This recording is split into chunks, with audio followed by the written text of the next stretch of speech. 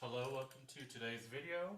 We are on pages 196 until 199 of the Keyboard Musicianship Book 1.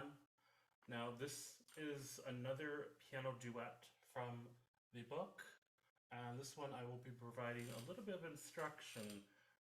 Firstly, because it has a new accompaniment style in the secondo part, and the tempo also is quite fast. This is just a small section from the main song of the musical Leave It to Jane. So let's go ahead first of all and talk about the secondo part, which is the teacher part, but I would encourage you as my student to learn it also. Now it does say detached, and that is not meant to be staccato. Detached means make sure that every beat is not tied or not slurred to the other, so it's going to be non-legato. That's pretty much what that means. Make sure that they are not played legato. Okay, so when we start at the first section here in the secondo, we are familiar with this accompaniment style from back in the book. I believe we learned that previously. Now here's another little bit here. On the second system,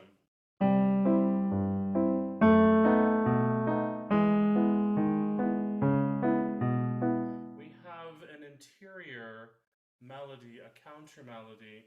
This was very common in the old style music and piano playing, accompaniment style, where you would play a whole note, which is sort of like a counter or a secondary melody. Make sure that really comes out as you are playing the bass chord style surrounding it, okay? So as you can see, the whole notes will be played all with the thumb. Let's go ahead and review the way that's going to look.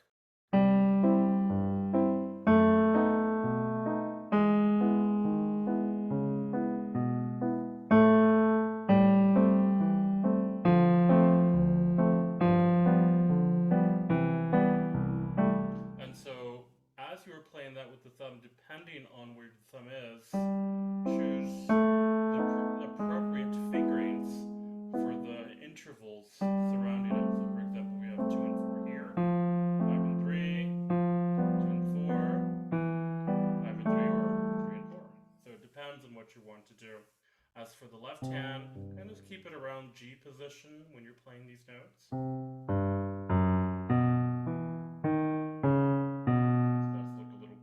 Section there.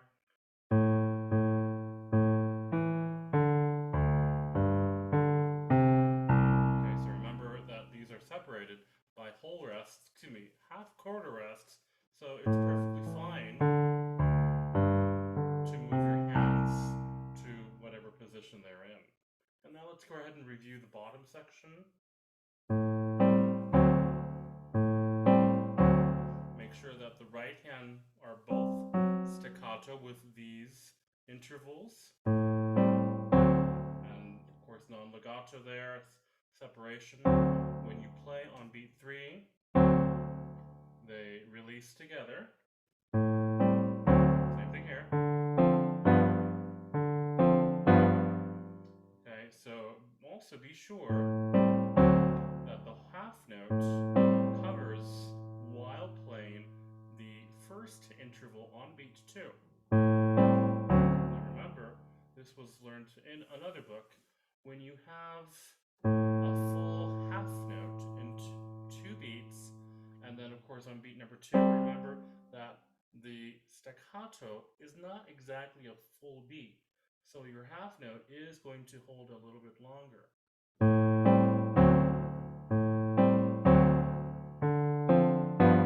So that means don't release the half note when you are releasing the staccato in the right hand.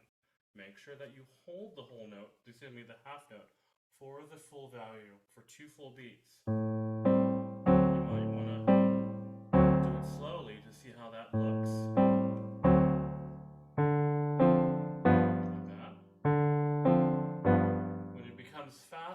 tempo. Try not to lose that. Okay, let's go on to next page, 198. Nice non-legato. Here comes that accompaniment style again. Bring out those whole notes.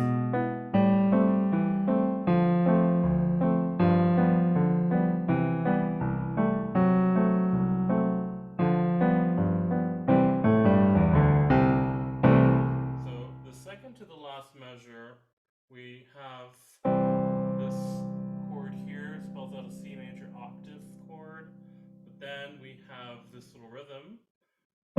Make sure that you move your hands down 5 and 1 here to begin this little descending scale. So bounce off, thankfully there's a staccato there to bounce off, and land here on the new hand position. And that allows you to bring it down to 5 and 1 there on C. We have 1, 2, and 3, and 4. So we have a little syncopation there. Make sure that you understand that rhythm. 1, 2, and 3, and 4. 1, 2, 3. And the last note is not a staccato. It is accented. So please do not play it short. Play it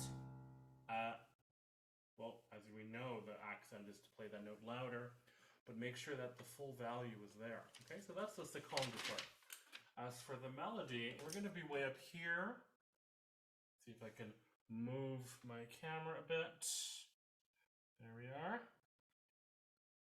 Okay, and this too. Okay, so we're going to be way up here.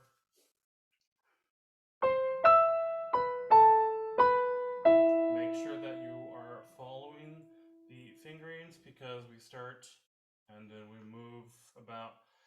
I believe the best way to think about the primo part, the student part, is to think about it as it says there in 2, which is cut time.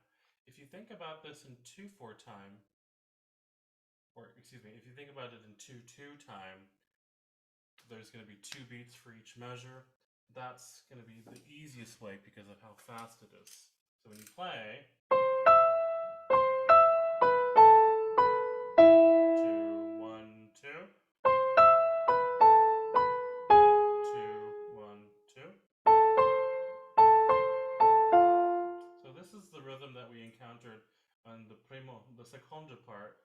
So we have the 1 and 2 and 1 E and 1 like that. Or when we say it with 4/4 time, 1, 2, 3, 4, 1, 2, and 3, and 4. So we have the syncopation there in the middle. Let's do that again. So make sure that on the A, it is the full quarter note value. And then move to the new hand position. Here we go. Watch the fingerings. It's chromatic.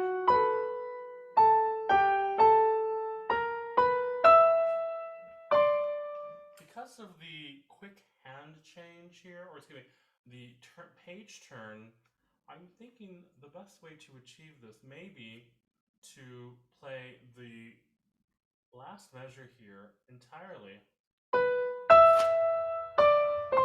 with the right hand. So we can try that out. Let's go ahead and see if we can try that out. So we'll start here.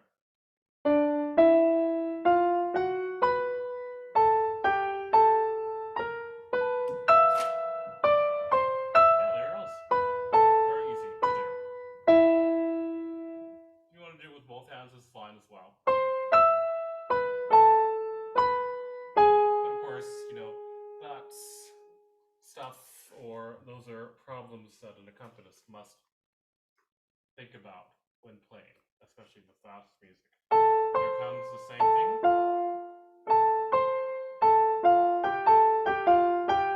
Mind the fingerings. And here goes again with fingerings. And this is going to be another syncopation, but in a different location on the end of 2. Make sure those eighth notes are full valued.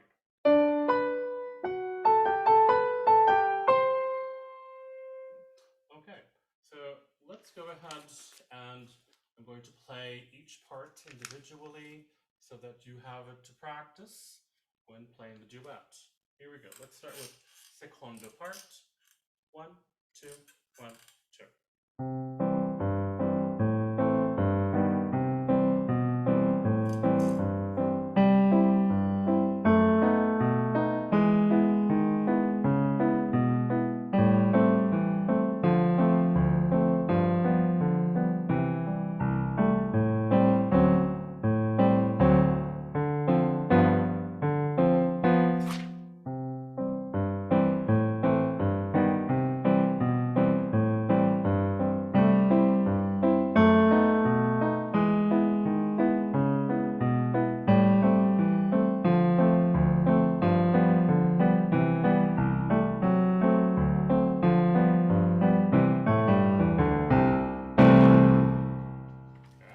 Page turn was a little bit of a hassle, so let's get prepared for the next one. Primo part, leave it to Jane. Ready? 1, 2, 1, 2.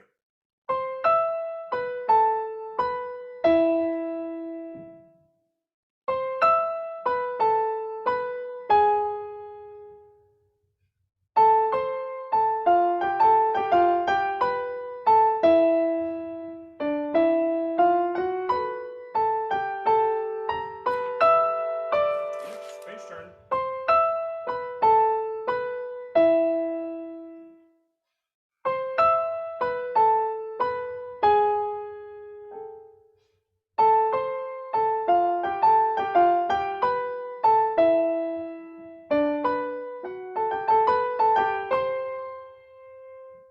And there you have it.